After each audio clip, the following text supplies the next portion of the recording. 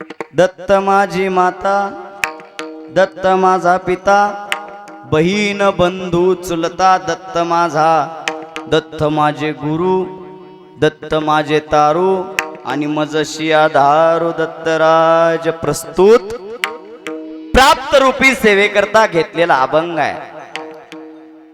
दत्तरायाचं वर्णन करणारा अभंग आहे. अभंग 4 चरणाचा आहे. तुम्हा आम्हा सामान्य जीवाला दत्त माझी माता आहे म्हणणारा अभंग आहे. दत्त माझा पिता आहे म्हणणारा अभंग आहे. अभंग ज्यांचा आहे ते एकनाथ बाबा आहेत. आणि एकनाथ बाबा म्हणलं की आपण सर्वांना माहिती आहे, शांती ब्रह्म एकनाथ महाराज, पैठणचे निवासी एकनाथ महाराज यांचा अभंग आहे. चला, अभंगामध्ये महाराजांनी वर्णन केलं. दत्त माझी माता, दत्त माझा पिता. दत्तराय हे माझी माता आहेत आणि दत्तराय हे माझे पिता आहेत. महाराज दत्त माझी माता, दत्त माझा पिता, ठीक आहे. पुढं काय? दत्त माझे माता, दत्त माझा पिता, बहीण बंधू चुलता दत्त माझा. घरातली जेवढी नातीगोतीत ना, ती नातीगोती माझा दत्तराय माझा आहे. महाराजांनी सांगितलं एवढंच नाही देवा, दत्त माझे गुरु, अहो दत्त माझे तारू. माझे गुरु आहेत ते, मला तारणार आहेत ते. एवढंच नाही महाराज, मजशी आधारू दत्तराज, माझा आधार. आपण म्हणत असतो माझ्या पुढचा मागचा आधार गेला, तसा माझा दत्तराय माझ्या पुढचा मागचा आधार आहे. महाराज म्हणतात मजशी आधारू दत्तराज. महाराज पुढे जाऊन म्हणले दत्त माझे जन, सगळे जेवढे काय दिसतात ते सगळे दत्त आहेत. दत्त माझे जन, दत्त माझे मन, सोयरा सज्जन दत्त माझा. तुमचे जेवढे सगळे सोयरे पाहुणे मंडळी, जेवढे आपेष्ट, जेवढे पाहुणे मंडळी सगळे सोयरे जेवढे आहेत, तेवढे सगळेजण काय माझे दत्त आहेत. सोयरा सज्जन दत्त माझा. महाराज म्हणले पुढे जाऊन, एका जनार्दनी दत्त हा विसावा. प्रत्येकाच्या आयुष्यामध्ये दत्त हा विसावा आहे. आणि प्रत्येकाला जाऊन कुठं थांबायचंय? दत्तापाशी. प्रत्येकाला जाऊन, म्हणजे मी पुढे विस्तृत वर्णन करणारच आहे, फक्त अभंगाचा अर्थ तुम्हाला पटकन सांगतो. सर्वांना जाऊन फक्त दत्तरायापाशी विसावा आहे, त्या विसाव्यापासून जाऊन आपल्याला थांबायचंय. महाराज पुढं म्हणले, न विचारिता गावा जावे त्यांच्या. त्यांना विचारायची गरज आहे का? एखाद्याला आपण एखाद्या गावाला यायचं म्हटलं विचारून जातो, पण त्यांच्या गावाला विचारून जायची गरज नाही. त्यांच्या गावाला आपण न विचारता गेलं तरी चाललं. म्हणून महाराज म्हणतात, एका जनार्दनी दत्त हा विसावा, न विचारिता गावा जावे त्याच्या. दत्त माझे गुरु, दत्त माझे तारू, मजशी आधारू दत्तराज विठाला विठाला विठाला विठाला विठाला विठाला विठाला विठाला. आजची सेवा कोणत्या निमित्तानं आहे? सर्वांना ज्ञात आहे.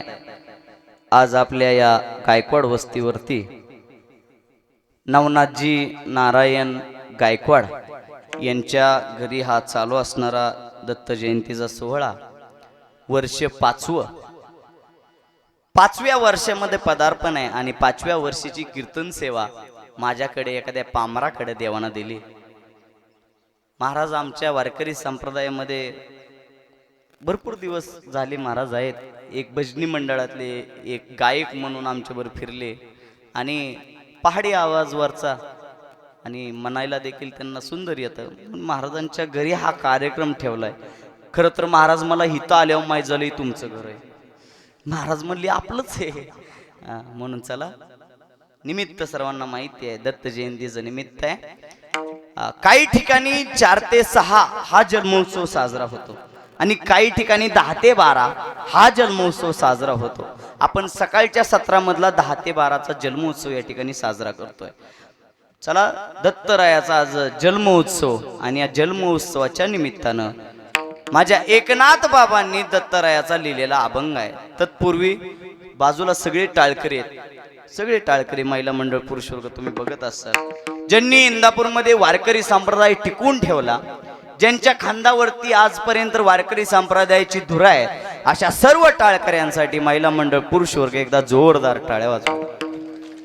हा, त्या चष्मावाल्या बाबांपासून या विनेकरी बाबांपर्यंत फक्त बसलेलं खोड सोडलं आणि वाजवणारं खोड आणि उभं राहिलेलं बारकं खोड जर सोडलं तर सगळी ज्येष्ठ आहेत आणि ज्येष्ठ मंडळी तुम्ही परमार्थ टिकवला म्हणून आम्ही गादी उभा राहिलो. तुम्ही जर नसतं आम्हाला आळंदीकडे धाडलं, नसतं आळंदीकडे शिकायला लावलं तर आज आम्ही कुठं असतो न बोललेलं. म्हणून तुम्हाला देखील धन्यवाद. आणि बघा किती भारी वाटतं नाही का सुनील महाराज. माझ्या आतापर्यंत मी कीर्तन करतोय सहदेव दादा, तुम्ही बघताय रोज माझ्या कीर्तनाला तुम्ही शूटिंग लावताय. आजपर्यंत आपली जेवढी कीर्तनं झाली सगळ्या कीर्तनांमध्ये आज जास्त जर पब्लिक किंवा आज जास्त जर टाळकरी वृंद वयाची जास्त वयाची आजच्या कीर्तनात आहेत माझ्या. कारण वयोवृद्ध मंडळी टाळ सहजासहज घेत नाहीत, पण आज तुमच्या सगळ्यांच्या इच्छेने तुम्ही टाळ घेतले आणि मला आनंद झाला. एखाद्या बारक्याच्या कीर्तनकाराला मोठ्याने टाळ घ्यावा आणि मला साथ संगत करावी, याच्यापेक्षा पुण्य कोणतं आयुष्यामध्ये? पुण्य कोणतं नाही, याच्यापेक्षा वाढीव पुण्य काय नाही. म्हणून चला असो देवा, तुम्ही सगळे जणांनी मला बहार दिला, तुम्ही सगळ्यांनी मला साथ देताय, म्हणून मस्तक हे पायावरी या वारेकरी संतांच्या तुमच्या सगळ्यांच्या चरणी माझं मस्तक तुमच्या चरणी ठेवतो आणि माझ्या सेवेला सुरुवात करतो. या अभंगामध्ये एकनाथ बाबा, थोडा आता बोलताना विकू कमी करा. या अभंगामध्ये एकनाथ बाबा दत्तरायाचं वर्णन करतात. कीर्तन लक्ष देऊन ऐका, कीर्तन समजल्याशिवाय राहणार नाही. या अभंगामध्ये एकनाथ महाराज दत्तरायाचं वर्णन करतात. ओ महाराज, आजपर्यंत जेवढे संत झाले, जेवढे काही संत झाले, त्या सगळ्या संतांनी विठ्ठलाची सेवा करायला लावली. एक धरीला चित्ती राही रकुमाईचा पती. विठ्ठलाशिवाय दुसरं कुणाचं नाव घेतलं नाही संतांनी आजपर्यंत. घेतलं का? नाही घेतलं. आपण भजनांमध्ये बाबंग म्हणतो, विठ्ठलाच्या नावा काही नाही. एक विठ्ठलाचं नाव आम्ही तेच घेतो आणि त्या वेगळं आम्हाला कुठलं नाव येत नाही. तुम्हीच म्हणताना आज तुम्ही देवाचं वर्णन नाथ बाबाच्या अभंगातून करता. लोकांनी नाथ बाबाला प्रश्न विचारला, नाथ बाबा तुम्ही दत्तरायाचं वर्णन करताय आणि तुम्ही विठ्ठलाचे परम भक्त आहेत, कसं वर्णन मान्य करायचं? तुमच्या भाषेत सांगू? चला तुमच्या भाषेत सांगतो. एखादा कार्यकर्ता एखाद्या पक्षाचा असेल, एखादा कार्यकर्ता एखाद्या पक्षाचा असेल, तो दुसऱ्या एखाद्या मित्रापाशी गेला आणि एखाद्या ज्या पक्षाला त्या पक्षाचं काय, ज्या पक्षाला त्याच्या मनामध्ये भावना नाहीत, ज्या पक्षाबद्दल त्याच्या मनामध्ये आदर नाही, त्या पक्षाचं वर्णन त्यांनी केलं, आपल्याला खरं वाटेल वय फेकतय म्हणणार, फेकतय काय खोटं बोलतय, ह्याच्या मनात ह्या पक्षाबद्दल भावना आहे का? नाही. तसंच इथं झालंय. एकनाथ महाराज भक्त कोणाचे? विठ्ठलाचे. पंढरीच्या पांडुरंगाचे भक्त विठ्ठलाचे एकनाथ महाराज. आणि वर्णन कोणाचं करतायत? दत्ताचं करतायत. का बरं दत्ताचं वर्णन करतायत? का दत्ताचं वर्णन करतायत? दोन कारण आहेत. कारणही पटवून देतो. पण विठ्ठलाचं काय म्हणले माहितीये? एक गाव आम्ही विठोबाचे नाम, एक गाव आम्ही विठोबाचे नाम, आणि कांचे काम नाही आता. भगवंताचं फक्त एकट्याच नाव आम्ही घेणार संत म्हटले. कोणाचं? विठ्ठलाचं. एक धरीला चित्ती राही रकुमाईचा पती. आम्हाला विठ्ठलाशिवाय दुसरं कोणी दिसत नाही. कोणी सांगितलं? संतांनी. मग संतच आज दत्ताचं वर्णन करतायत. का बरं? दोन कारण आहेत. पहिलं कारण, आपण दत्ताला दत्त या नावानं संबोधतोय, पण दत्त आणि विठ्ठल एकच अवतार आहेत असं म्हणणं एकनाथ महाराजांचं आहे. एकच अवतार आहेत. कारण जेवढे काही अवतार आहेत तुम्ही आपण सगळेजण बघता, एकच आहे. सगळ्यांचा कोण आहे? जनिता एकच आहे. पटवून देऊ का तुम्हाला? पटवून देतो. मंत्रिमंडळामध्ये अनेक प्रकारची खाती, अनेक, कोणी उपमुख्यमंत्री, कोणी कसला मंत्री, कोणी कसला मंत्री, लय मंत्री आहेत. पण अधिकार कोणाला आहे? हे म्हणले सरपंचाला, मुख्यमंत्र्याला आहेत ना अधिकार. तसंच सगळे जरी वेगवेगळे असले, 33 कोटी देव आपण म्हणतो, सगळे जरी वेगवेगळे असले तर सगळ्याचा अंश एकच आहे आणि सगळा एकच आहे, तो म्हणजे माझा पंढरीशी पांडुरंग परमात्मा. त्या ठिकाणी पांडुरंगाच्या मूर्तीमध्ये एकनाथ बाबांनी दत्तरायाला पाहिलं आणि दत्तरायाच्या समोर उभा राहून दत्तरायाचं वर्णन एकनाथ महाराज आजच्या अभंगामध्ये करतायत. विठ्ठल विठ्ठल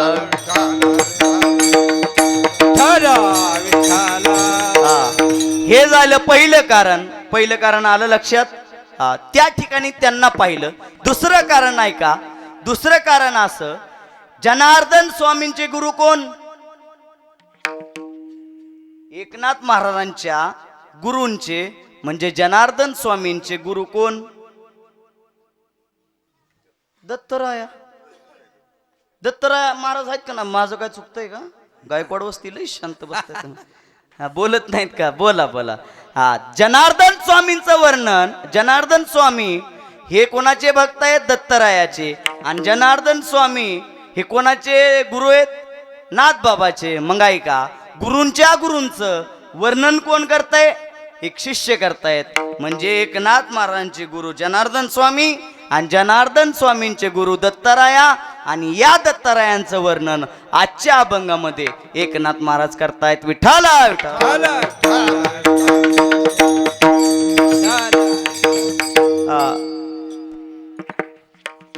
आपण दत्तरायाचं नामघोष ज्यावेळेस करत असतो, गुरुर ब्रह्मा गुरुर विष्णू गुरुर देव महेश्वरा गुरुर साक्षात परब्रह्म तस्मै श्री गुरुवे नमः असं म्हणत असतो, बरोबर ना?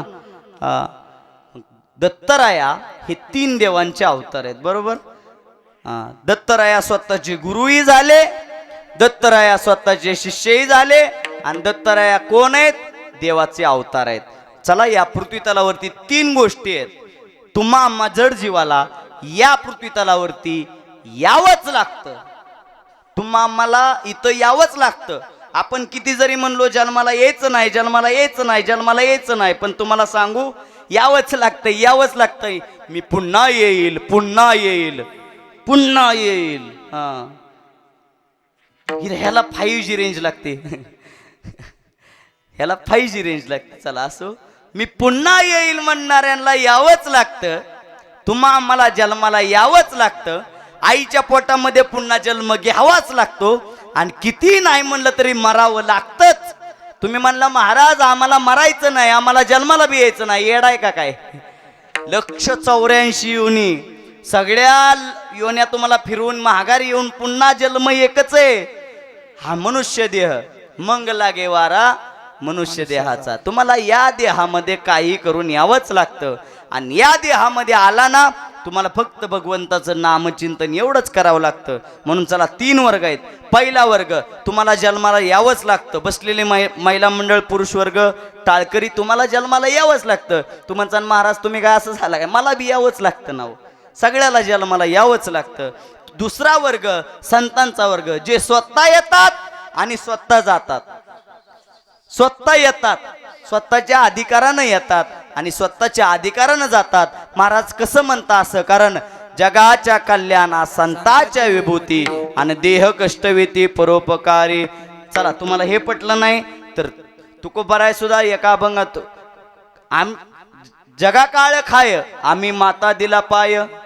स्वतःचा देह घेऊन वैकुंठाला गेले. आजपर्यंत या पृथ्वी तलावरती बसलेले मंडळी, मला सांगा असं कोण आहे की स्वतःचा देह घेऊन वैकुंठाला गेले? नाही ना, कोणीच नाही. या पृथ्वी तलावरती संतांशिवाय असं कोण नाही. म्हणून ते स्वतः येतात आणि स्वतःचं कार्य ज्या वेळेस पूर्ण होतं स्वतः जातात. उदाहरणार्थ ज्ञानोबा आहे, स्वतः आले आणि कार्य पूर्ण झाल्यानंतर स्वतः समाधी घेतली, बरोबर? पहिलं उदाहरण. दुसरं उदाहरण, तुकोबा आहे, स्वतः आले आणि आपलं कार्य पूर्ण झाल्यानंतर स्वतः निघून गेले. चला, तिसरं उदाहरण, नामदेव आहे, स्वतः आले आणि आपलं कार्य पूर्ण झाल्यानंतर, अभंग लिहून झाल्यानंतर पुन्हा स्वतः गेले. सगळ्या घरदार स्वतः सोबत गेले. म्हणजे काही संत असे, सगळे संत स्वतः येतात आणि स्वतः जातात. म्हणजे दुसरा वर्ग जो येतोही स्वतःच्या मनानं आणि जातोही स्वतःच्या मनानं. पण तिसरा वर्ग जो की आजचा वर्ग, ज्यांना आणावं लागतं, ज्यांना या म्हणावं लागतं, ज्यांची आराधना करावी लागते आणि ज्यांची पूजा करून त्यांना जन्माला या म्हणावं लागतं. कारण या पृथ्वीवरती जेव्हा जेव्हा दैत्य माजतात, जेव्हा जेव्हा देवाची गरज पडते, तेव्हा तेव्हा त्या देवाला यावं लागतं. कारण धर्म रक्षावया अवतार घेसी आपुल्या पाळीसी भक्त जन आपुल्या पाळीसी भक्त जन आपुल्या पाळीसी भक्त जन आपुल्या पाळीसी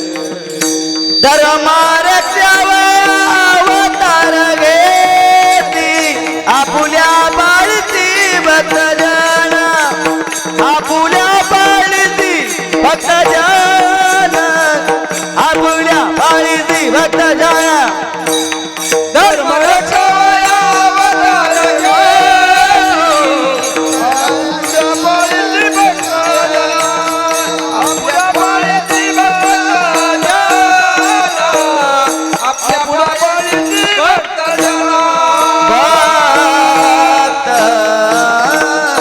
जन धर्म रक्षावया अवतार घेसी आपुल्या पाळीसी भक्तजन. देवाला आणावंही लागतं, देवाला जन्माला आणावं लागतं, बरोबर ना महाराज तुम्हाला कसं देवाला जन्माला आणावं लागतं. देवा तुम्ही आपलं 8व्या अवतारामध्ये बघितलं असेल, भगवान श्रीकृष्ण रायाला परमात्म्याला आपल्याला जन्माला काय करावं लागतं, आणावं लागतं ना, आणावं लागतं. आणि स्वतः देव निघून जातो एकदा अवतार पूर्ण झाला की. देव जन्माला कुठे आला बरं 8व्या अवतारामध्ये. आता ऐकायचा बी प्रॉब्लेम आहे का काय. देव जन्माला आला तुरुंगामध्ये, पण देव त्या ठिकाणी पहिल्यांदा सांगून गेला होता, जेव्हा जेव्हा या पृथ्वीतलावरती दैत्य मासतील, जेव्हा जेव्हा या पृथ्वीतलावरती माझी गरज पडेल तेव्हा मी अवतार घेईल. तेव्हा श्रीकृष्णाच्या अवतारानं, श्रीकृष्णाच्या नावानं देवानं अवतार घेतला. बरोबर. आजचा जो अवतार आहे, आजचाही अवतार भगवान परमात्म्यानं घेतला. कोणाच्या पोटी घेतला, कसा घेतला, कधी घेतला, मी सगळं सविस्तर मांडणार आहे. परंतु आजच्या अभंगामध्ये एकनाथ बाबा तुम्हा आम्हाला सांगतात, दत्त माझी माता. या पृथ्वीतलावरती आपण माझं कुणाला म्हणतो, माझं कुणाला म्हणतो तुम्हाला सांगू. बसलेले मंडळी पुरुष वर्ग, माझं एक वाक्य एवढं घरी घेऊन जावा. आपण माझं अख्ख्या जगाला म्हणतो, आपण माझं अख्ख्या जगाला म्हणतो, पण माझा ऐका, माझं फक्त देवाला म्हणा, माझं फक्त संतांना म्हणा, माझं फक्त आईबापाला म्हणा, या तिघाला सोडलं माझं कुणाला म्हणू नका. काल परवा इंदापूरचं इलेक्शन झालं. ही वार्ड इकडं, ती वार्ड इकडं, 2 उमेदवार उभं. उमेदवाराच्या दारामध्ये, मतदारांच्या दारांमध्ये दोन्ही उमेदवार गेलं की मी तुमचा. एक उमेदवार आलं हात जोडलं, मी तुमचा. दुसरा आलं, मी तुमचा. अहो तिसरं उमेदवार आला अपक्षवालं, मी तुमचा. चालू दे असंच. मी कुणाचा, अहो मी तुमचा. पण तुम्हाला सांगू, खायचं एकाचं, फिरायचं एका बरं, राहायचं तिसऱ्या बरं, प्यायचं चौथ्याचं, प्रचार 5व्याचा आणि बटन 6व्याचं. याला शेवटपर्यंत गॅरंटी नाही. 21 तारखेला निकाल लांब न्यू पडला, आपला निकाल आपला लांब न्यू पडला. आता निश्चित धाकधूक वाढली. प्रत्येक जण म्हणतोय गुलाल आमचा. आता त्या गुलालानी ठरवायचं आम्ही कुणाचं, गुलाल कुणाचा, गुलालानी कसं ठरवायचं कुणाचं. काय देवा परिस्थिती आली आहे. म्हणून उमेदवारांना आता जर विचारायचं झालं तू कुणाचं बटन दाबलं, मी तुमचंच दाबलं. पण तुम्हाला सांगू, त्यांनी आतमध्ये काय गोळ केलाय हे तुम्हाला माहित नाही. म्हणून म्हणायचं कुणाला माझं, माझं कुणाला म्हणायचं. काही जण म्हणतात ह्यो माझा कार्यकर्ता, त्यो माझा कार्यकर्ता. कोणी कोणाचा कार्यकर्ता नाही. जिकडं माल आहे तिकडं, जिकडं पैसा आहे तिकडं पळते. हा पैसा पैसा तेरे 3 नाम, परश्या परशून परशुराम. परश्या परशून परशुराम. लयच गरीब असला, भीक मागणारा असला, त्याला लोक म्हणते दे परश्या इकडे ये. थोडा पैसा आला परशुरामकडं, परशुरामला आवाज दिला, ए परशुराम इकडे या. आणि लयच पैसा आला, परशुराम शेठ मी येऊ का तुम्ही येता. हा पैशाचे 3 नाव आहेत. पैसा आला, की तुम्हाला सगळीकडे किंमत आहे. मी सांगत होतो माझं कोणाला म्हणायचं. या पृथ्वी तलावरती फक्त तुमच्यासाठी कार्य जर कोणी केलं असेल देवा, ते भगवंताने तुम्हाला जन्माला घालून पहिलं कार्य केलं. दुसरं कार्य या जन्माला आल्यानंतर तुम्हाला शिकवलं जर कोण असेल, तुम्हाला ग्रंथ वाचून त्या ग्रंथांमध्ये माहिती जर कोणी दिली असेल, तुम्हाला या झोपेतून जागं जर कोणी केलं असेल, तर माझ्या संतांनी केलं. म्हणजे दुसरं आपलं माझं कोणाला म्हणायचं, दुसरं संताला माझं म्हणायचं. तिसरं कारण आईबापाने तुम्हाला काय केलं, जन्माला घातलं, म्हणून तिसरं माझं कोणाला म्हणायचं, तर आईबापाला माझं म्हणायचं. या पृथ्वी तलावरती तिघाला माझं म्हटलं तर सगळे जेवढे काय आहे ते येरती माईके दुःखाची जनती. येरती माईके दुःखाची जनती. सगळं दुःख आहे. मित्र सगळे सगळे सोयरे सज्जन जेवढे काय दिसत आहेत ना तेवढं दुःखाचं आहे. पैसा गाडी इस्टेट बंगला पाणी सगळं दुःखाचं आहे. मी सांगतोय का, कारण या बंगामध्ये एकनाथ महाराज वर्णन करताना काय म्हणलेत, दत्त माझी माझी. हा, माझ्या आईला मी माझी आई असं म्हणतो. तुम्ही काय म्हणता, दुसऱ्याची का मोठ्या भावाची आहे का बारक्या भावाची? दत्त माझी माता. दत्त कोण आहे? माझी माझी. आणि माझं कोणाला म्हणावं, मी एवढ्या वेळ झालं माझं कोणाला म्हणावं सांगतोय, जो आपल्या आयुष्यामध्ये कुठल्याही प्रकारचं संकट येऊन देत नाही. जरी संकट आलं आपल्याला त्यातून बाहेर जायचं कसं, तो जो शिकवतो त्यांना माझं म्हणावं. म्हणून या पृथ्वी तलावरती संतांनी तुम्हाला उठवण्याचं काम केलं. उठा जागे वारे आता, उठा जागे वारे आता, स्मरण करा पंढरीनाथ,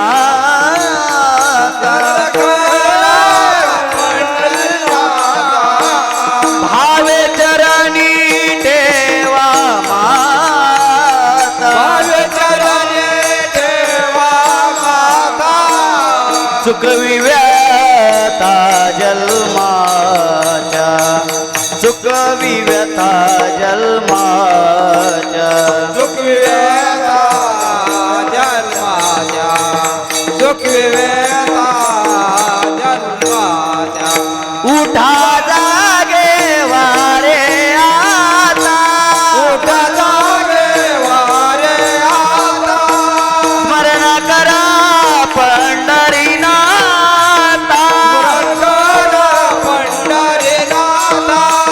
भावे चरणी ठेवा माता, भावे चरणी ठेवा माता.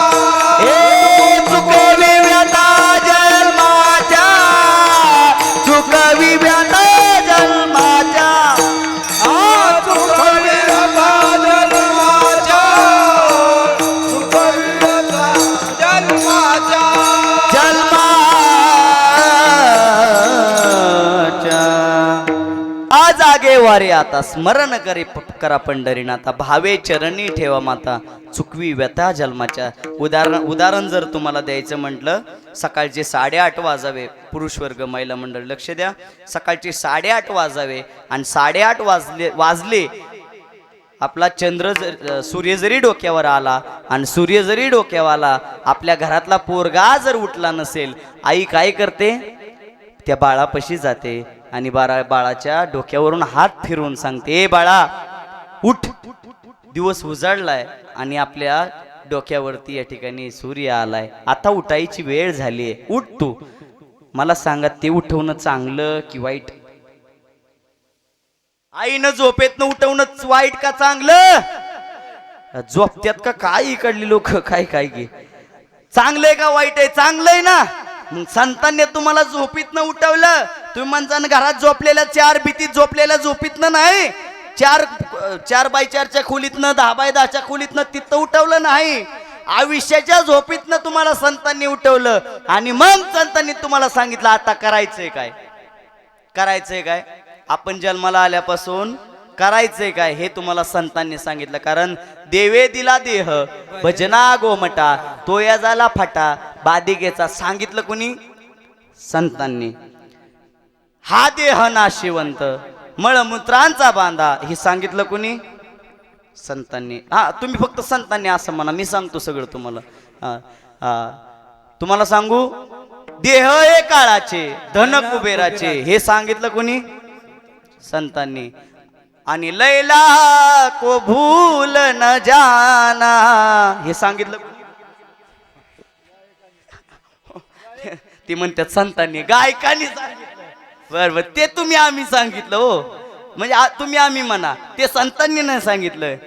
संतांनी फक्त आम्हाला उपदेश केला आणि जेवढं काही चांगलं एवढं संतांनी सांगितलं. आजकाल वाईट लोक लय सांगतात, वाईट सांगतात, वाईट. हे केल्यावर असं होईल, ते केल्यावर तसं होईल. एखाद्याला जरी कंपनी टाकायची नसेल, 20-30-40 लाख रुपये घालून जरी कंपनी टाकायची नसेल, शेजारचा येऊन म्हणतो हे लय मार्जिंग आहे त्यात, लय पैसा कमवा येतो त्यात, टाक म्हणला कंपनी टाकली. तालुक्यामध्ये जिल्ह्यामध्ये फिरला, कंपनीत जेवढं काय प्रोडक्ट तयार झालं तालुक्यामध्ये फिरायला लागला. पहिला 15 दिवस म्हणला चला नवीन आहे म्हणल्यावर कोण महिन्या 2 महिन्याने घेईन म्हणला, पण 2 महिने झाली, 1 वर्ष झालं, कुणीच घ्यायना म्हणल्यावर ज्यांनी टाकायला लावली होती त्याच्यापाशी गेला आणि म्हणला येड्या तू म्हणला ह्यात लय मार्जिंग आहे, पण मार्जिंग कुणीच घ्यायना, मग करू काय? ते म्हणला कर बंद. टाकायला लावणारा कोण? आपलाच. आणि बंद करायला लावणारा आपलाच. म्हणून संत तसे नाहीत. संत फक्त तुम्हाला चांगली गोष्टी सांगतात, संत तुम्हाला फक्त चांगलं शिकवतात. म्हणून चला, एकनाथ महाराज आजच्या अभंगामध्ये म्हणले, दत्त माझी माता, दत्त माझा पिता. कारण आई आणि वडील हे जे पात्र आहेत आयुष्यामध्ये, आयुष्य हा चित्रपट आहे. तुमच्या आमच्या आयुष्यातला जेवढं काही वर्ष तुम्ही जगाल तो चित्रपट आहे. आणि या चित्रपटामधले खरे हिरो कोण आहे माहिती आहे? आई वडील. जे की तुम्हाला जन्म देतात, जे की तुम्हाला सांभाळतात, जे की तुम्हाला चांगलं वाईट तुमच्यावर संस्कार घडवतात. मग चांगलं वाईट शिकवणारे चांगले असतात का वाईट असतात? चांगले असतात. मग आई वडील कोण आहेत आपले? चांगले आहेत ना, आई वडील चांगले आहेत. चला महिला मंडळ तुमच्याकडे येतो. या अभंगामध्ये दत्त माझी माता पहिला शब्द वापरलाय, आई शब्द का वापरलाय? आई शब्द का वापरला? पहिला बाप वापरता आला असतं ना, दत्त माझा पिता, आणि परत म्हणले असते दत्त माझी माता. पण पहिल्यांदा कोण वापरली?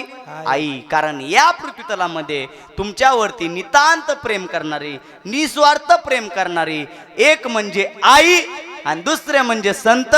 म्हणून ऐसी कळवळ्याची जाती, करीला भाविन प्रीती, पोटी भार वाहे त्याचे सर्वस्व हिस आहे, लेकुराचे हित वाहे माऊलीचे चित्त. मातेची या चित्ती अवघी बालकाची व्याप्ती, देह विसरी आपला आणि जवळी घेता शीन गेला. अशी आई आहे, म्हणून आईचंच नाव आधी घेतलंय हो.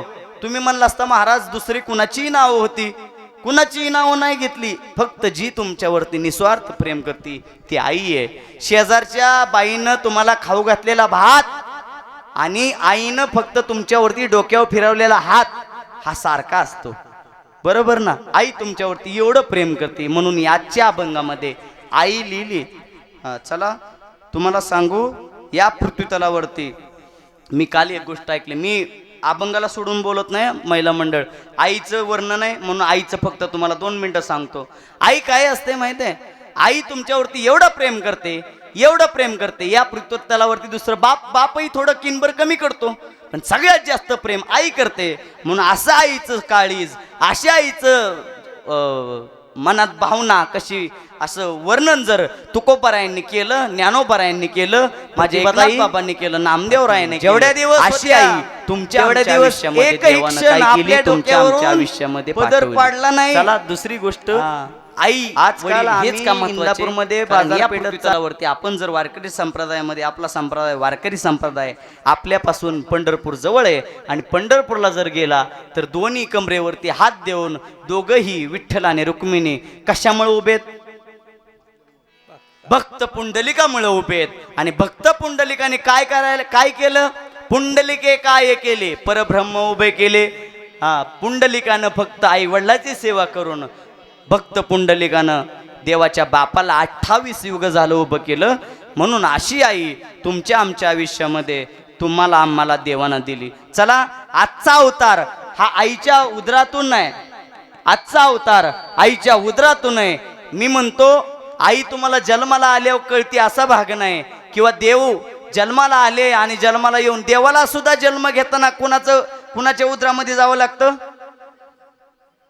देव जन्माला यायचं म्हटलं की कोणाच्या उदरात जातो? आईच्या उदरात जातो.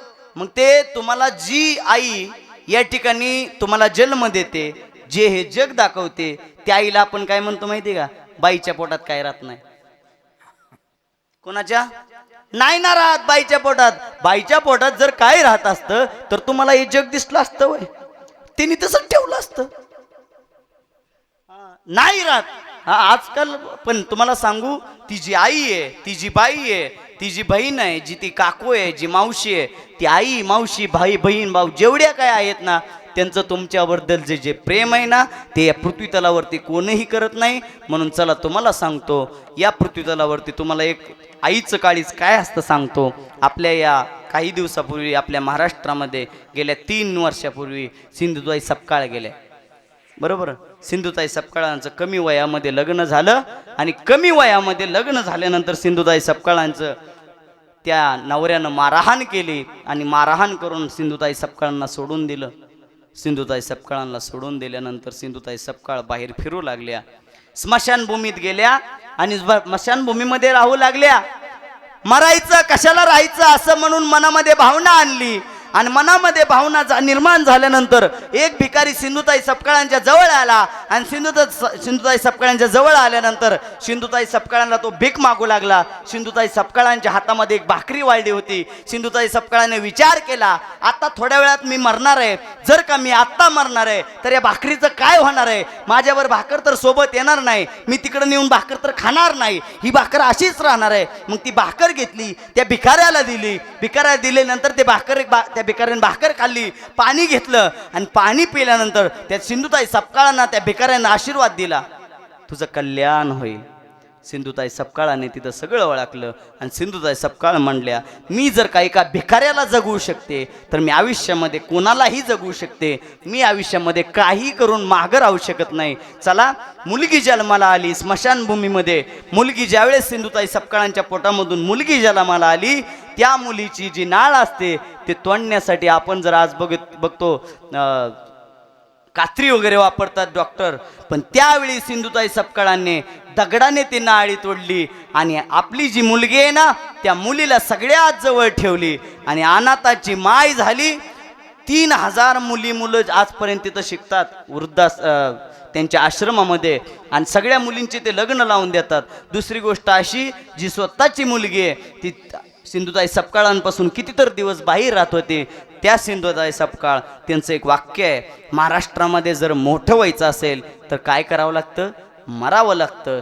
जिथं मेल्यानंतर माणूस मोठा होतो त्याचं नाव महाराष्ट्र आहे. कारण जोपर्यंत आहे तोपर्यंत आपल्या या महाराष्ट्रामध्ये कोणी वावा करत नाही, कोणी वावा करत नाही.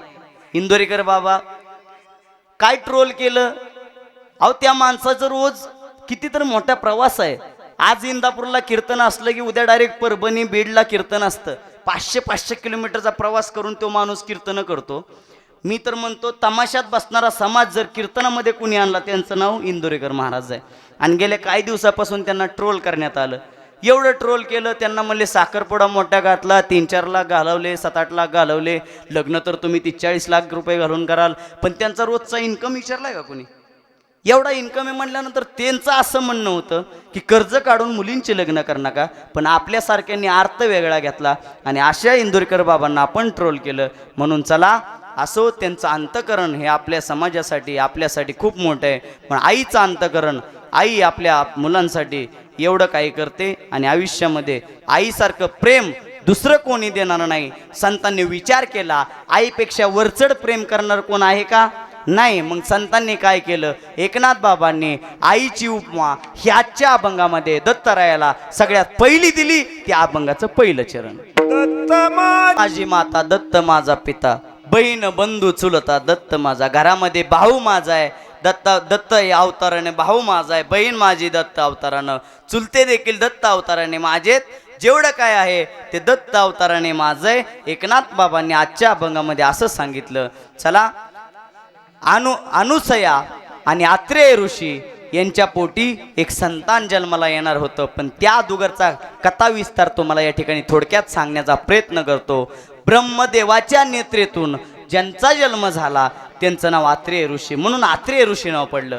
ब्रह्मदेवाच्या नेत्रातून ज्यांचा जन्म झाला त्यांचं नाव आत्रेय ऋषी, म्हणजे अनुसया यांचे पती आणि अनुसया माता यांना पृथ्वी तलावरती धाडण्यात आलं, पाठवण्यात आलं. आणि वटवृक्ष या नावानं एक सरोवर आहे, एक जंगल आहे, आणि त्या जंगलामध्ये ते नामस्मरण करू राहिले, नामस्मरण करत राहिले. आणि नामस्मरण करत असताना आपल्याला आता वय वर्ष किती वर्ष देवानं दिलंय? 100 वर्ष. आपण लयतलंय म्हणतो किती? 100. त्यावेळी 10,000 हजार वर्ष होतं. आणि त्यावेळी 10,000 हजार वर्षांमधलं अनुसया माता आणि आत्रेय ऋषी यांनी 100 वर्ष एका जागेवरती उभा राहून भगवंताची तपश्चर्या केली आणि भगवंताचं नामचिंतन केलं. भगवंत लय नाव घेतल्यानंतर भगवंताचं लय नामचिंतन केल्यानंतर भगवंत काय होतो? प्रसन्न होतो. 100 वर्ष सेवा केली, 100 वर्ष देवाचं नाव घेतलं. बसून नाही म्हणत मी, उभा राहून 100 वर्ष देवाचं नाव घेतलं. आज 2 तास आपल्याला कीर्तनांमध्ये उभं राहायचं म्हटलं तर इकडून इकडं आणि तिकडून तिकडं. चला आता वयाच्या मनानं तुमचं होत असतं, पण चला आपण 2 तास उभं राहू शकत नाही. 100 वर्ष आत्रेय ऋषी आणि अनुसया माता एका जाग्यावरती उभा राहून देवाचं नामचिंतन करत होते. देव प्रसन्न झाले आणि देव प्रसन्न झाल्यानंतर देवानं सांगितलं, मी तुमच्यावरती प्रसन्न आहे, मागा काय मागताय? आम्हाला पृथ्वी तलावरती पाठवलंय, पण आमचं म्हणणं असं आहे की आमच्या पोटी तुम्ही जन्माला यावं. पुत्र देई ऐसा, पुत्र देई ऐसा गुंडा, ज्याचा त्रिलोकी झेंडा. आमच्या पोटी एक पुत्र असा जन्माला घाला. आत्रेय ऋषी आणि अनुसया माता यांनी देवाकडे काय मागितलं हे तुम्हाला सांगतो. आमच्या पोटी पुत्र जन्माला घाला, जो पुत्र या पृथ्वी तलावरती त्यांचं महिमा वाढवेल आणि त्यांचं नाव जे आहे या पृथ्वी तलावरती मोठं करतील. म्हणून देवानं सांगितलं, नक्कीच मी तुमच्या पोटी जन्माला येईल. काही कालावधीमध्ये गेला महिला मंडळ पुरुष वर्ग या पृथ्वी तलावरती सगळ्यात जास्त पतिव्रता जर कोण होती तर ती अनुसया होत्या. दत्तरायाचा जन्म मी येताना कुणाला तर विचारलं, दत्तरायाचा जन्म कशामुळे झाला? कथाभाग कुठून चालू झाला तुम्हाला माहिती आहे? कथाभाग इथून चालू झाला. नारद मुनी, कळ लावणारे नारद मुनी वरती गेले आणि तिघाच्या बायकाला सांगितलं, ब्रह्म विष्णू महेश तिघांच्या बायकांना सांगितलं, या पृथ्वी तलावरती एक महिला अशी आहे, एक बाई अशी आहे की ती सगळ्यात मोठी पतिव्रता आहे. आणि तिथून खरा या कथेला सुरुवात झाली. ही कथा जी आपण आज ऐकणार आहे या कथेला खरी सुरुवात कुठून झाली तर इथून झाली. मग नारद मुनी गेले. नारद मुनींनी तिघांच्या बायकांना सांगितलं, ओ तुमचं पतिव्रत जे आहे ते काय घेऊन बसला? तुमच्या पेक्षा मोठं पतिव्रत आमच्या त्या अनुसया मातेचं आहे. महाराज, अनुसया मातेचं काय पतिव्रत आहे हो? सांगू तुम्हाला? सांगतो. एक दासी होती. त्या दासीला लग्न करायची इच्छा झाली. इच्छा झाल्यानंतर त्यांच्या एका घरातल्या व्यक्तीनं सांगितलं की तू मंदिरामध्ये जा आणि मंदिरामध्ये जाऊन त्या ठिकाणी जा आणि त्या ठिकाणी मंदिरामध्ये सगळ्यात पहिला जो व्यक्ती येईल त्याच्या गळ्यामध्ये माळ घाल म्हणले. सगळ्यात पहिला जो व्यक्ती येईल त्याच्या गळ्यामध्ये माळ घाल. ह्या थांबल्या. तास गेला, 1.5 तास गेला, देवाचं नाव घ्यायला लागल्या पण कोणी येईना. वाट पाहिली 10 10:30 झाल्या. एक माणूस आला देवा, तोही भिकारी होता. सगळ्यात अगोदर आज आपण जाऊन नंबर लावावा आणि सगळ्यात अगोदर तिथं जाऊन बसावं भीक मागण्यासाठी. या हेतून तो आला होता मंदिरामध्ये. पहिला आला मंदिरामध्ये गेला आणि त्या ठिकाणी त्यांना पाहिलं. आणि रोज सडा टाकते, रोज रांगोळी काढते. आपल्याला पाहिलं पाहिजे म्हटल्यानंतर त्यांनी एक दिवशी येऊन पाहिलं तर ती पतिव्रता त्या ठिकाणी होती. त्यांना विचारलं, काय नेमकं झालंय काय? तुम्ही एवढी माझी सेवा करता का? त्यानंतर त्यांनी कथा विस्तार सांगितला. कथा विस्तार सांगितल्यानंतर मी माझ्या मुद्द्यावर येतोय. कथा विस्तार सांगितला. दुसऱ्या दिवशी आपल्या नवऱ्याला त्या टोपलीमध्ये घेतलं आणि टोपलीमध्ये नवऱ्याला घेतल्यानंतर त्या बाजूने जात असताना, त्या वैश्याच्या घरापर्यंत जात असताना त्या नवऱ्याचा हात एका साधूला लागला आणि साधूने आपल्या कमंडूमधलं पाणी घेतलं आणि आपला एक संकल्प सोडला, उद्या सूर्य उगवायच्या अगोदर सूर्य उगवण्याच्या अगोदर तुझा नवरा या पृथ्वीतलावरती राहणार नाही म्हणले. असं म्हटल्यानंतर ती पतिव्रता होती. तिने देवाचा धावा केला. सूर्याला चंद्राला आव्हान केलं, उद्या दिवसभरात दिवस उजळला की तुम्ही उगवायचं नाही. आव्हान केलं, तिथं सांगितलं उगवायचं नाही. पृथ्वीतलावरती हाकार माजला, कारण दिवसच उगवाना. दिवस थोडा लेट झाला तर आपल्याला कसं वाटतं, आज जरा बुचबुच झाल्यावर वाटलं होतं, सकाळ सकाळ आबाळ आल्यावर वाटलं होतं, पण परत उजाडलं. मग जरा बुचबुच वाटायला लागलं, सगळ्यांना हाकार माजला. मग करायचं काय. त्यानंतर आता ही समजवायला कोण पाहिजे, पतिव्रतेला पतिव्रताच पाहिजे. त्या ठिकाणी अनुसया माता आल्या आणि अनुसया मातेने त्या ठिकाणी ती जी महिला होती पतिव्रता, त्यांच्या नवऱ्याला उठवण्याचं जर काम कोणी केलं असेल तर माझ्या त्या अनुसया मातेनं जर केलं. अनुसया मात्यांचा एवढा मोठा पतिव्रता धर्म होता की या पृथ्वीतलावरती अनुसया मातेने एवढी पतिव्रता कोणी मोठी नव्हती. पतिव्रता कशी असते माहितीये? लक्ष्मणराया, रामभैया आणि सीतामैया यांच्यासोबत लक्ष्मण दादा होते. त्यांना ज्यावेळेस बाण लागला, हनुमंतराया त्या ठिकाणी संजीवनी आणण्यासाठी गेले, पर्वत उचलण्यासाठी गेले. त्यावेळेस लक्ष्मण भगवंताच्या बायकोने त्यांना त्या ठिकाणी सांगितलं की तुम्ही काय करा, माझ्या त्यांना निरोप द्या. कारण जेव्हापासून गेलेत तेव्हापासून ते कशाला हात लावून उभ्या होत्या? चौकटीला. याला म्हणतात पतिव्रता धर्म. आजचा तुमचा आमचा पतिव्रता धर्म महिला मंडळ कसा झालाय माहितीये? इकडे लक्ष द्या. आमचा पतिव्रता धर्म कसा झालाय माहितीये? सकाळ कुंकू लावताना आपण त्यांचं नाव एकदाच घेतो, परत आपण दिवसभर पाणी आले काय गेले काय, दारामध्ये आले पाणी बी घेऊन जात नाही, पाणीही देत नाही. चला पाणी दिलं काय, जेवण मागितलं तर मला हाताने घेता येत नाही काय? हात नाही. अशी परिस्थिती आपली तुमची आमची. चला असो, विनोदाचा भाग सोडा. पण या पृथ्वीतलावरती पतिव्रतेला सगळ्यात जास्त महत्व आहे देवा. आणि या पतिव्रतेचं महत्व जे आहे, महिलेनं कधी आपल्या डोक्यावरचा पदर पडून द्यायचा नसतो.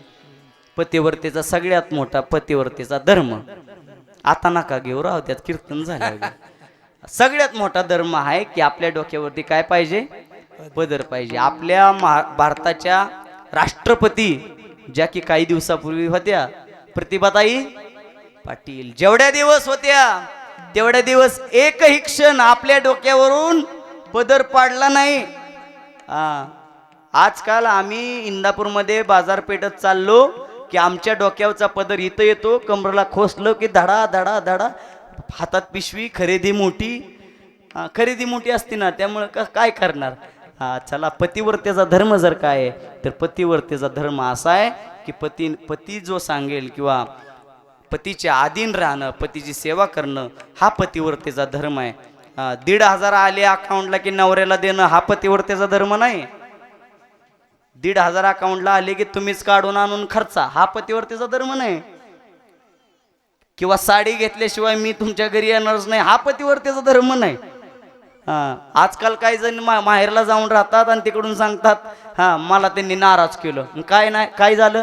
मला 1 तोळा करायचा होता, केला नाही, मग मी माहेरला येऊन राहिली का? त्याला पतिव्रता म्हणतात? पतिव्रता त्याला नाही म्हणत. पतिव्रता कशाला म्हणतात?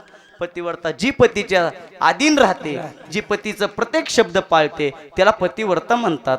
माझ्या तुकोबारायांच्या काळामध्ये रुक्मिणी आईसाहेबाने जेवढ्या दिवस माझ्या तुकोबारायांबर राहिल्या तेवढा धर्म पाळला. जिथं तुकोबाराय भजनाला जायचे, डोक्यावरती गटुडं बांधायच्या, भाकरी बांधायच्या आणि भाकरी घेऊन कुठं जायच्या?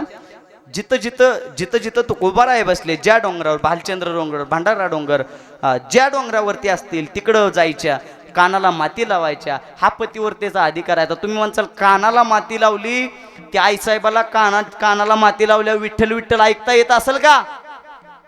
येत. माती कानाला कानाला लावल्या विठ्ठल विठ्ठल ऐका येईल, पण कधी माहितीये का? तुमचा भाव तसा पाहिजे, तुम्ही तशा पतिव्रता पाहिजे. त्यावेळेस पतिव्रता तशा होत्या म्हणून त्यांना ऐकू आलं. चला, आजचा जो भाग आहे, आजचा जो विस्तार आहे किंवा आजचा जो जन्म आहे तो पतिव्रतेचा जन्म आहे.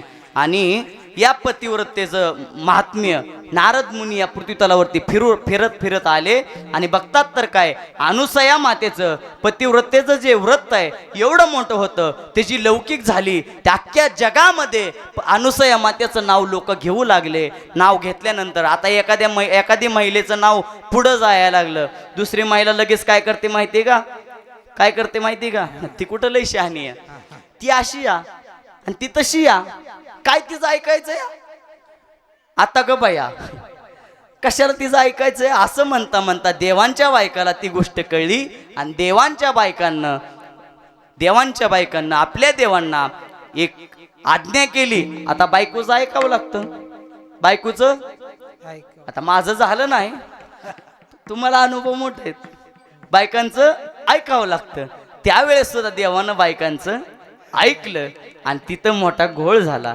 देवाचं ऐकलं, बायकांचं ऐकलं आणि देव त्या ठिकाणी खाली गेले. अनुसया मातेच्या कुटियामध्ये गेले. कुटियाच्या बाहेर मोठ्यानं आवाज दिला, भिक्षामध्ये, ए माते भिक्षा दे. भिक्षा ज्या वेळेस मागितली त्यावेळेस भिक्षा मागितल्यानंतर अनुसया माता हातामध्ये कंदमुळे घेऊन, जेवढे आतमध्ये कुटियामध्ये होते कंदमुळे घेऊन बाहेर निघाल्या. आणि बाहेर निघाल्यानंतर त्या तिन्ही देवांनी साधूचा वेश धारण केला होता. आल्या आणि त्यांना म्हणाल्या भिक्षा धरा, पण त्यांनी ती भिक्षा स्वीकारली नाही. भिक्षा स्वीकारली नाही. त्यांना सांगितलं अशी भिक्षा आम्हाला नको, आम्हाला अशी भिक्षा नाही पाहिजे. मग कशी पाहिजे? आम्हाला या ठिकाणी आम्ही जशी मागतोय आम्हाला नग्न भिक्षा पाहिजे, आम्हाला आतमध्ये इच्छा भोजन पाहिजे. आमची इच्छा आहे की आम्हाला कुटियामध्ये न्या आणि आम्ही जसं सांगतोय तशी आम्हाला भिक्षा द्या. असं म्हटल्यानंतर आत्र ऋषींचं जे कमंडो होतं त्याच्यामध्ये जे पाणी होतं ते अनुसया मातेनं घेतलं. ते पाणी त्या तिघांच्यावरती शिंपडलं. कारण का? त्यांना माहित होतं या पाण्याची ताकद काय, या अमृताची ताकद काय. कोणाला माहित होतं? अनुसया मातेला. काही माता अशा आहेत की ज्यांना आपल्या कामाची ताकद माहिती आहे किंवा आपल्या ज्या पतीने जे कमवून ठेवलंय त्या गोष्टीची ताकद माहिती आहे. माझ्या छत्रपती शिवाजी महाराजांच्या आईसाहेब जिजाऊ माता यांना त्यांची ताकद माहित होती. देवा, उगच स्वराज्याचा मालक जन्माला येत नाही एखाद्या महिलेच्या पोटी. आपली ताकद त्यांनी वळखली आणि आपली ताकद वळखल्यानंतर आपल्या ताकदीनं जिजाबाईंना ढवळे ज्या वेळेस लागत होते, जिजाबाई चिंचा खात नव्हत्या. जिजाबाई वेगवेगळं आगळं वेगळं काय माती मागत नव्हत्या खायला. जिजाबाई काय करायच्या? घोड्यावरती सैर व्हायच्या. भगवद्गीता, ज्ञानेश्वरी असे पारायण, भगवद्गीता अशा पारायणाचं पारायण या ठिकाणी माझ्या जिजाऊ आईसाहेबांनी केलं. म्हणून चला या पृथ्वीतलावरती आपल्या तुमच्या आमच्या ज्या माता आहेत ना त्या मातांना सगळं काय कळतं. म्हणून अशी अनुसया माता, त्या अनुसया मातेने ते पाणी घेतलं, त्यांच्यावरती शिंपडलं आणि ज्या वेळेस त्यांच्यावरती शिंपडलं तिन्ही देव काय झाले? बाळ झाले. बाळ झाल्यानंतर तिन्ही देव बाळ झाले आणि तिन्ही देव बाळ झाल्यानंतर त्या तिघालाही त्या पाळण्यामध्ये ठेवलं आणि पाळण्यामध्ये ठेवल्यानंतर त्या तिघांनाही जे पाहिजे होतं स्तनपान केलं. त्यांना जे इच्छा भोजन पाहिजे होतं त्या ठिकाणी ते सगळ्यांना सगळं मिळालं. आणि त्यानंतर इकडं वरती प्रश्न पडला, आपले नवरे, आपले जे काय पती आहेत कितीतर दिवस झालं पृथ्वीतलावरती गेलेत आणि ते अजून का माघारी येत नाही हे बघण्यासाठी नारद मुनींना सांगितलं. नारद मुनी बघा, ब्रह्म विष्णू महेश कुठे गेलेत? आम्हाला का दिसत नाहीत? एवढे दिवस झालं ते का माघारी येत नाहीत? आम्ही अशा मोहिमेसाठी त्यांना पाठवलं होतं. त्या पतिव्रत जे आहे ते भंग करण्यासाठी आम्ही त्याला पाठवलं होतं, पण ते तिघा अजून काही माघारे आले नाहीत. तुम्ही बघून या काय चाललंय खाली. त्यावेळेस ज्यावेळेस नारद मुनी खाली आले, बघतायत तर काय तिन्ही देव या ठिकाणी अनुसया मातेंच्या मांडीवरती खेळतायत, बसतायत. या ठिकाणी अनुसया माता तिघांनाही खेळवतायत. हा सगळा भाग माझ्या नारद मुनींनी पाहिला आणि नारद मुनींना जाऊन माघारी जाऊन सांगायला लागले. नारद मुनी तिघींना जाऊन सांगायला लागले, ऐका, तुमचे तिन्ही जे देव आहेत ना ते तिन्ही देव अनुसया मातेच्या मांडीवरती खेळतायत, माणूस या मातेचे ते पुत्र झालेत. मग असं म्हटल्यानंतर आता ह्यांना प्रश्न पडला, करायचं काय, करायचं काय? कारण करायचं काय म्हणल्यानंतर ह्यांना प्रश्न पडल्यानंतर ह्यांनी लगेच धाव घेतली कुठं? या पृथ्वी तलावरती. पण चला, अजून फक्त माझ्या मते पुढले 10 मिनिटं बाकी आहेत.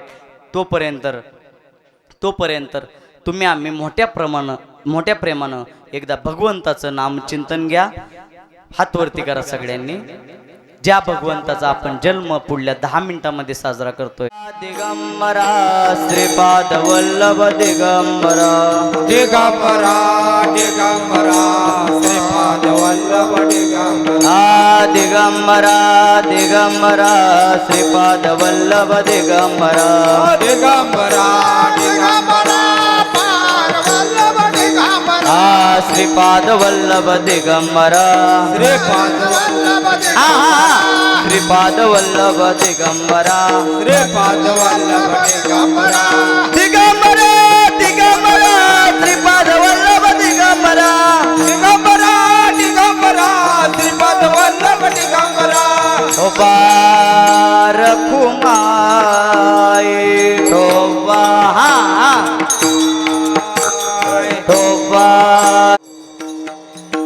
म्हणून दत्त माझी माता, दत्त माझा पिता, बहीण बंधू चुलता दत्त माझा, दत्त माझे गुरु, दत्त माझे तारू, मजशी आदारू दत्तराज. अशा दत्त भगवान परमाच्या चरणी आपण सगळ्यांनी भाव ठेवावा. आणि सुनील महाराज तुम्हाला सांगू, या पृथ्वीतलावरती 2 देव असे आहेत की ते लवकर प्रसन्न होतात, लवकर, अति लवकर.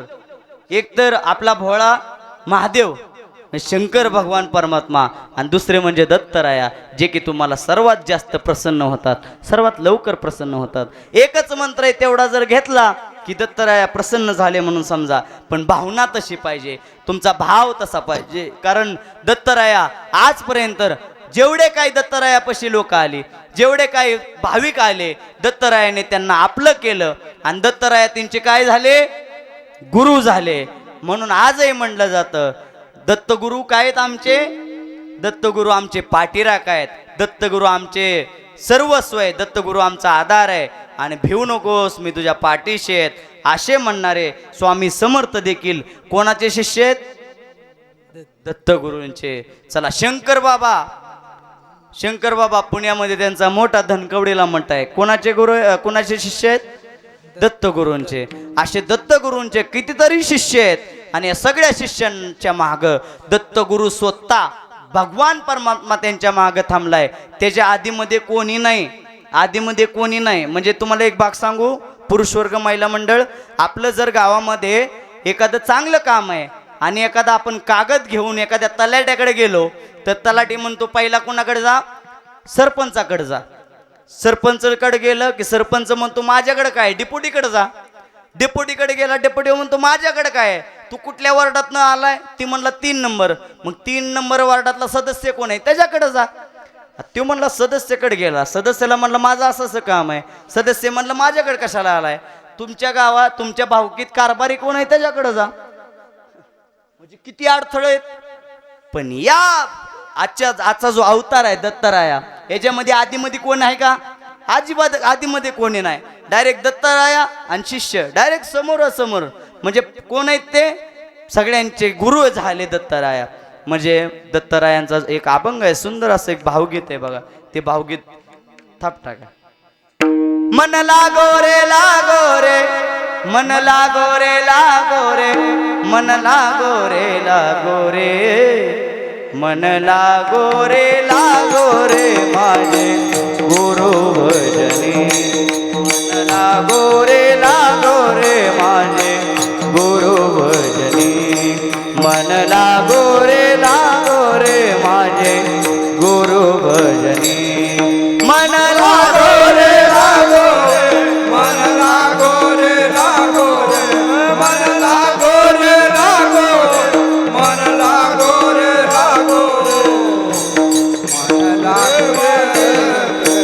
गुरु भजनी.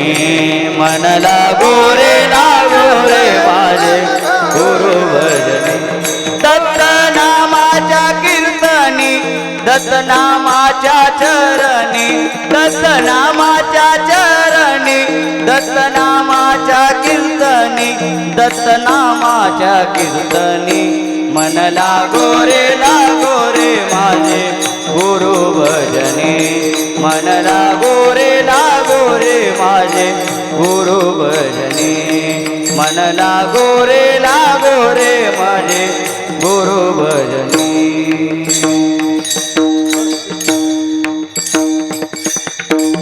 म्हणजे मी म्हणतोय ते लक्षात आलं, दत्तराया कोण आहेत? तुमच्या आमचे गुरु आहेत, पण डायरेक्ट गुरु आहेत.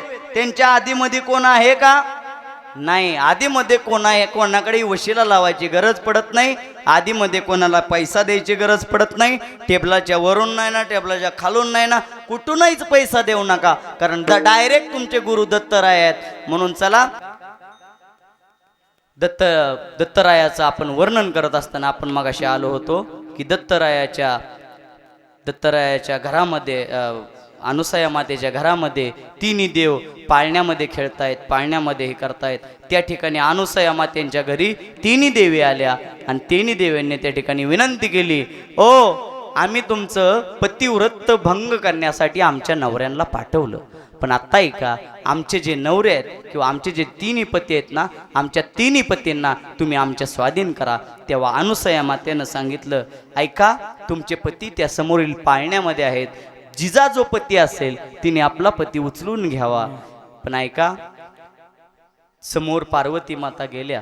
आता तिघांमध्ये हात जर दुसऱ्याला लागला तर अवघड आहे ना. पुढे गेल्या आणि हात कोणाला लावायचा म्हणून पुन्हा माघाऱ्याला ओळखू येईना ना. पुन्हा आमच्या लक्ष्मी माता गेल्या, कोणाला हात लावता बघितलं आणि पुन्हा माघारी आल्या. अशी परिस्थिती निर्माण झाली, कोणाला काही ओळखू येईना. तेव्हा तिन्ही देवांच्या बायका अनुसया मातेला शरण गेल्या आणि शरण गेल्यानंतर अनुसया मातेला सांगितलं, ओ आता आमचं चुकलंय सगळं, पण आता काय करा, आमचे जे पती होते त्यांना आपण काय करा, मोठं करा. जशा स्थितीमध्ये तुमच्या घरी आलते तशा स्थितीमध्ये आम्हाला त्यांना माघारी द्या. अनुसया मातेनं ते पाणी घेतलं, त्यांच्यावरती ते शिंपडलं आणि ते तिन्ही देव पुन्हा आहे असे दिसायला लागले. आणि तिन्ही देव आहे असे दिसायला लागल्यानंतर फुलं सगळ्यांना पोच करा.